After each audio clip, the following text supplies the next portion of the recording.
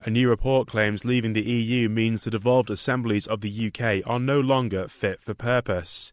The Institute for Government says that up to 153 policy areas might need to be completely redrawn as powers are returned from Brussels, and that there are 8 major challenges ahead to make devolution work in a post-Brexit United Kingdom.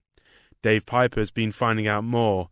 In a few minutes he'll be speaking to Simon Barrow from the think tank Ecclesia, but first he spoke to Jonathan Arnott, independent pro-Brexit MEP for the North East of England.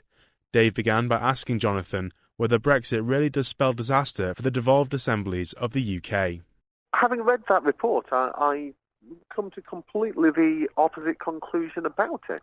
It mentions a number of challenges. It mentions 8 challenges throughout the report which are presented by Brexit, but those challenges are ones which are essentially about how power and money that returns to the control of the United Kingdom is divided up. So in that sense, the UK government will be gaining more power and the devolved parliaments will be gaining more power. So it seems to me that the question as to how that is divided up should be a positive one, because it's one which will mean that ultimately all of the devolved administrations will end up with more power than they currently have.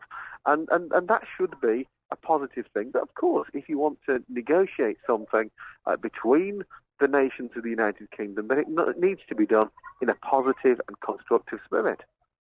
When we look at the situation in Northern Ireland without a functioning Parliament in Stormont, when we look at Scotland, who have only put talks about independence on the back burner whilst Brexit happens, it seems, is there a realistic chance of the 4 nations actually having the willpower to talk through some of these major issues? I'm sure there is.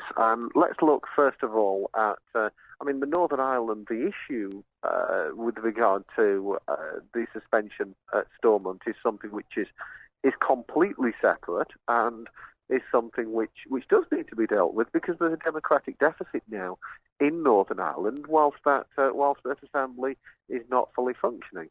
With regard to Scotland, the thought that the independence referendum, the independence movement is on the back burner, well, actually, when you look at recent opinion polling, recent opinion polls now show the Remain in the UK side in a bigger lead than they actually achieved at the referendum.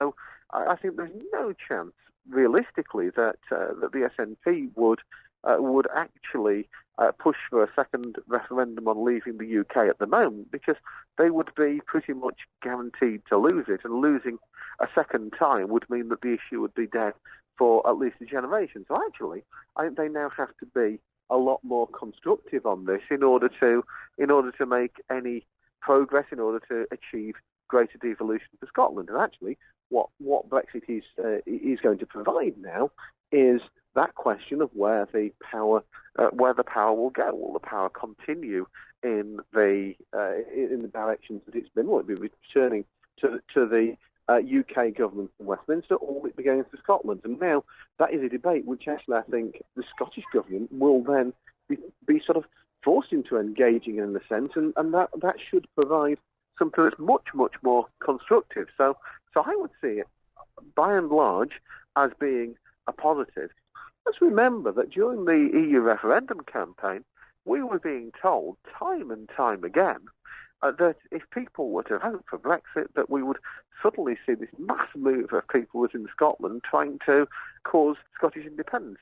Actually, what we've seen is that support for Scottish independence has declined since the referendum. So I think there's a little bit of a lesson there, maybe, in the way that people treat those predictions as being gospel when they turn out not to be so.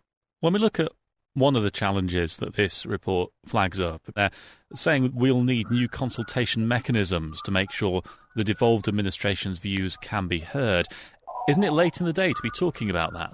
It is a little bit on the late side to be starting, and the government should have started that sooner. And I'm not going to be somebody who's going to come on the airwaves and be an absolute cheerleader for every single thing that this government has done, because actually it's getting a number of things wrong. But what we do need to remember is that there are joint management committees that already exist when it comes to the devolved nations having an input into what the UK's position is in the European Union. So the question is more a technical one of how you transfer from those committees into having a say on international agreements rather than having a say within the European Union mechanisms. Just finally, Jonathan, another of the challenges which caught my eye was establishing new regulators and public bodies across the UK.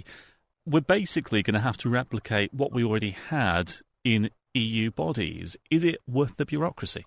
To an extent, there is an element of replication in the sense that the UK used to do these things prior to the 1970s, and then once the UK became more entwined into the European Union, it started to do these things an awful lot less because the EU was doing them. Now, what you've always got is the trade-off between the hassle, as it were, of doing it yourself, the bureaucracy of doing something, and the advantages of not being subject to the larger European Union bureaucracy and not having very much of a say. Jonathan Arnott, pro-Brexit independent MEP for the North East of England.